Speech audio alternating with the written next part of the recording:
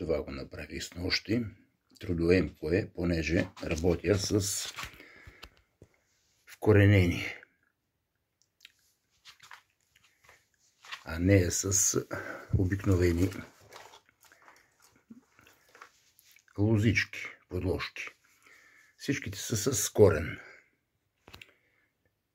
Това сега трябва да го засадя, да ги изолирам отгоре.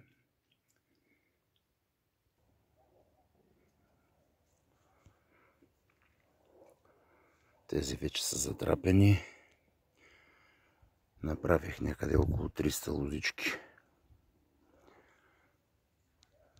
Няма сезон. Всичко е с корени и се сади директно в градината. След максимум седмица всичко ще бъде засадено. Корените ги видяхте вътре. Замазва се отгоре, изолира се, за да не влиза някое гъбично заболяване. И оттам измръзват, като влезне вода в студовете. Това е истината при растенията. Иначе при нас не мръзнат нашите условия. Едни спазват сезони, но разликата е голяма, когато растенията са с корени отдолу подложките и отгоре се изолира, да не влиза влага, гъбични заболявания. Едно време старите отсечат дърво, падне клон, пролета от студа, той си седи зелен и даже и покарват пъпките. Това е замръзненето на растенията. При нас не мръзнат. Трябва да има нужните условия, за да живее едно растение. Избират се методи, по които най-добре ще се развият растенията. Това е метода на Веселин Орешков. Ето долу, ниско, до земята почти. Присадката е, тя се вижда тази, тук чака, че не го виждам точно къде отиде. Ето го. Това нещо пак е по неговия метод. А това са 60 см някъде. Цъфти си. Все едно да кажеш на мома, защо си сложила китка. Китката увяхва. Момата си расте и става хубава. Така е при метода на Веселин Орешков. Ето другите методи, различни. За всяко нещо трябва да се създаде условията. Това са пакистански, различни сортове, уникални растения, по 10-15 см плод, огромни. Всеки клон различно плодче. Ето го. Това трябва да е шангрила. Това трябва да е, какво е? Кафявата. Много хубава и сладка черница. Ето присъдените върху корени. Не може да няма някаква жертва, но при наличието на толкова много корени, калема не е бил добър най-вероятно. Ето, тук става въпрос подложка джанка и череша калем. В литературата пише непоносимост от хвърляне. Няма такова нещо. Непоносимост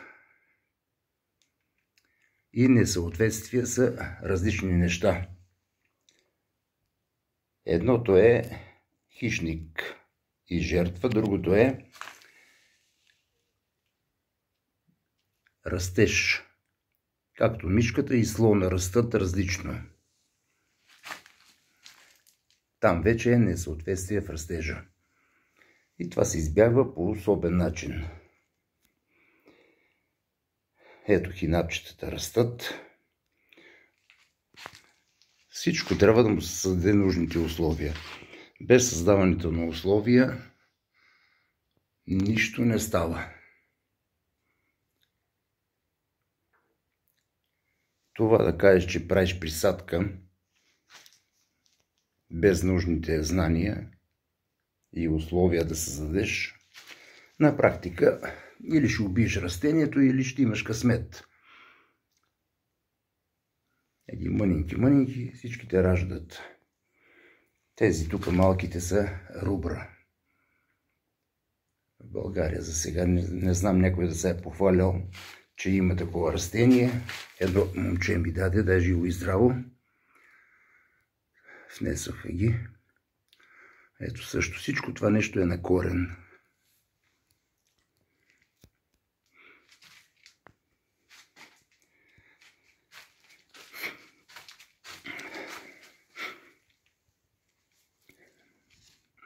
Понякога, за да стигнеш до едно ниво, учиш, много неща научих и от приятели, и какво ли не, за опрашването, за развитието.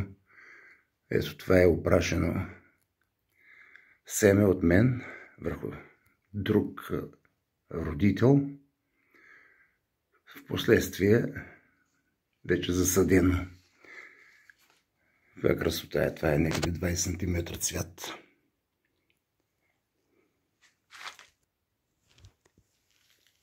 И понятието несъвместимост и несъответствие трябва да се запомни, че са две коренно различни неща.